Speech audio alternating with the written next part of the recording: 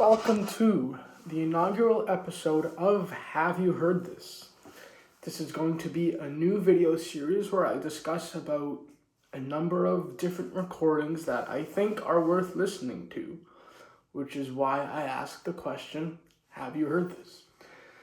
The first record on this special series is a fantastic record that does not get enough love for one reason or the other. And it is this record right here. This is Rick Nelson and the Stone Canyon Band with an album called Windfall. As you can see here, this is the back of the album. It was released on MCA in 1974. And this album here is a unique record in the fact that it was released after Rick Nelson's commercial success. Which begs the question, why wasn't this a hit? So, let's back up here. Let's talk about Rick Nelson a little bit. He was a teeny bopper rock and roller of the 1950s. His parents were Ozzie and Harriet Nelson. They were famous because of their radio show, The Adventures of Ozzie and Harriet Nelson. Ozzie Nelson was also a popular big band leader. And of course, Ricky Nelson was one of their kids. And they put him right into showbiz, and he eventually became a successful rock and roller. He had the distinction of being the first artist to have a number one hit on the Billboard Hot 100. And yeah, he was successful 1958 to 1963. And then the hit stops for a while. Just because the Beatles came and his style of music was going out of fashion. But he did have one last hit in 1972 with Garden Party. This was a pleasant song. It was a semi-autobiographical song about this concert he had that just anything that could go wrong went wrong. And it was, A-listers galore. John Lennon was there, Neil Young, and, it was a pleasant song. And that became his last hit. And then we have this record. This, to me, represents everything that is good about Ricky Nelson. Yes, his rock and roll songs are pleasant, but this has some fantastic songwriting.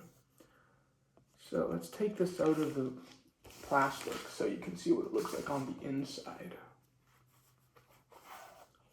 So that's the art here. And, side one, Someone to Love, written by Ricky Nelson. This is one of the hardest rocking songs that he performed, as well as Evil Woman Child. And side two, there's a song on here written by Ricky Nelson, and this is important about this album. A number of the songs were written by him, so you have Someone to Love, Lifestream, and Windfall. This shows that he wasn't just a singer. He was a songwriter as well, and a mighty fine songwriter he was. And so this album features him stretching to new artistic heights that people probably don't credit him with achieving. So as I said before, you have those hard rockers. And then on side two, which might be the diamond in this album, probably one of his best songs of his career, Lifestream. It's a reflective song, kind of just his musings on life and his career.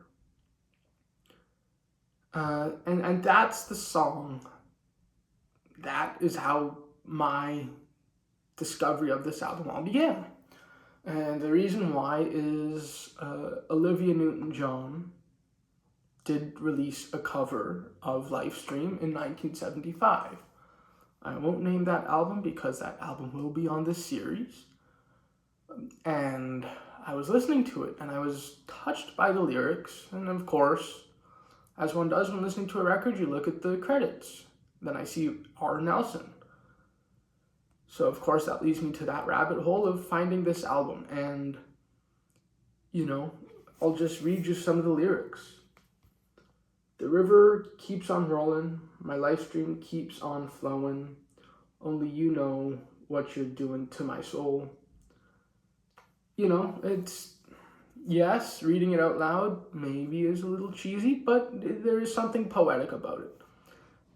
And his vocals suit the album perfectly. He may not be the best singer, but he has passion. There is a lightness to the vocals. There is an honesty to the vocals. And that can be said about all of the songs here.